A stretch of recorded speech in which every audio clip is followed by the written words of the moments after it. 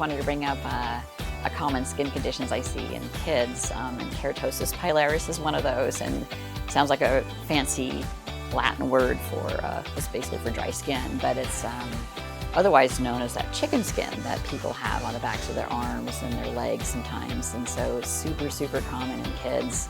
We don't tend to see it so much in adults because kids do outgrow it over time, but it's genetics plays a role with keratosis pilaris, but it's also a dry skin condition, and so a lot of parents come to me for treatment of this, and it speaks to skincare in the sense that one of my #1 recommendations for that is not to soap here. I would say you could soap under your arms, but soaping on your outer arms is not necessary. But one of the things about keratosis pilaris is people want to exfoliate their skin, and there are exfoliating creams and moisturizers out there online and stores, they're everywhere. And what makes an exfoliating cream exfoliating is that many times they're acid-based, they're lactic acid, glycolic acids, and there's another one called urea. All these, what they do is they break down dead skin cells. So in keratosis pilaris, there's a lot of dead skin cell accumulating in the little pores of the skin, the follicles of the skin, and so they want to use those products, but I don't tend to recommend those products in younger kids because the acids can sting and burn if you have a little scrape or cut in the skin, or even just sensitive skin. If you're using an acid-based cream, they can be stingy.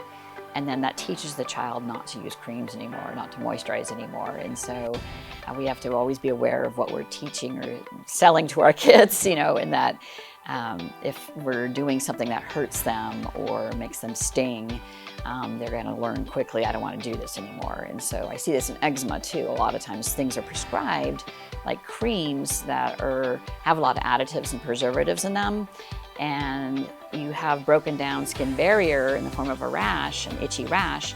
You put these creams on there, all those preservatives seep into the skin and they irritate and burn.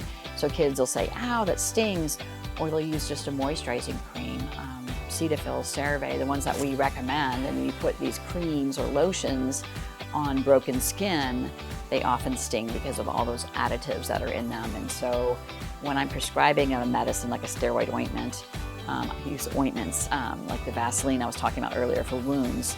Ointments don't have nearly as many additives in them, but they also moisturize much better too. And so moisture is the key to healing skin, as you've heard. And so whether it's a wound, whether it's dry skin, eczema, keratosis pilaris, we want to moisturize the skin. And so ointments are heavier and they don't tend to sting or burn, especially when you have an active rash. When kids are older with keratosis pilaris, they actually start to become more self-conscious about it. That's when we talk about maybe treating it. I don't want to be treating a 4-year-old who doesn't care about it at all. The parents care more than the 4-year-old does, but especially if it's something stingy. And so usually by adolescence, the skin barrier is a little tougher, a little more oily, because they're producing hormones that make a little more oil in their skin. And usually by then they can tolerate these acid-based creams, these exfoliating creams. And so we just always have to be careful about not doing something to a child that's going to cause harm or hurt or sting or burn. And so, but that's why I tend to hold off on those exfoliating creams when they're younger and maybe recommend them when they're older. Likewise, people ask about loofahs, exfoliating creams in the shower, things like that. Again, for young skin, I tell people there's no reason to be loofahing. I don't know if that's a word. Using a loofah in the shower in a young child. Problem with loofahs is they could sit there and they hold water and moisture, then they can grow bacteria, and so that's sometimes an issue, is that it can grow bacteria. So I always tell people that you might want to throw it out and get a new one every couple weeks or so, or wash it. We sometimes see issues or infections from people using a loofah on their skin. They're spreading a bacteria called Staphylococcus bacteria.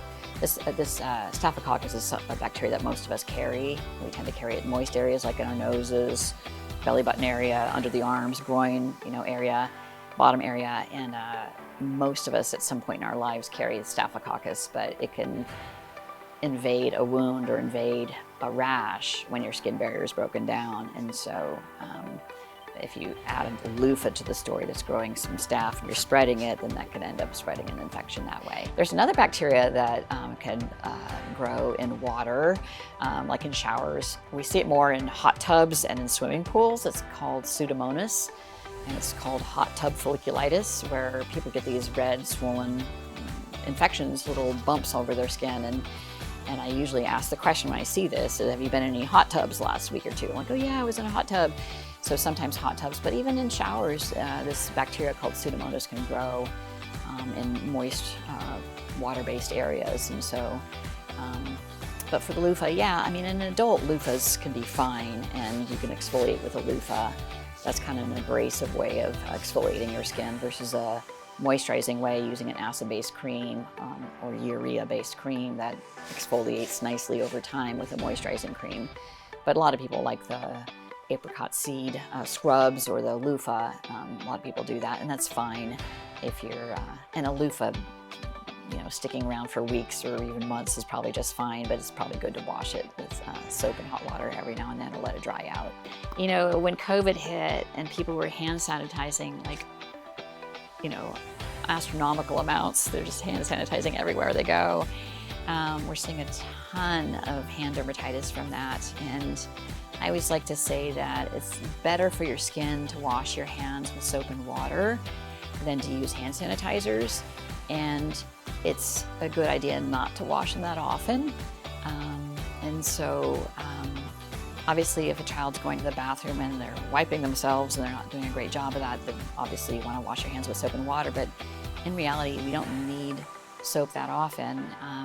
And here I have patients coming in with bad hand dermatitis, and what they're doing, they're just feeding that dermatitis by soaping, and sanitizing all the time. These kids will come in with rashes starting on their wrists and on down to their hands. And so one thing I do tell them when they are washing their hands is to soap the palms and the fingertips, not here, because we don't eat with the backs of our hands, and so we eat with our fingers. And so to soap with your hands and get the soap on your fingertips, that's the better way, and it leaves the soap off the thinner skin area of the backs of your hands. And so that's another tip I tell people, because when they're hand washing, most people soap all over, but this back of the skin, skin is back of the hand skin is very it's much thinner than the palm skin, and it's more likely to get rashy. And so another tip to tell people when they're hand washing in the winter months in particular.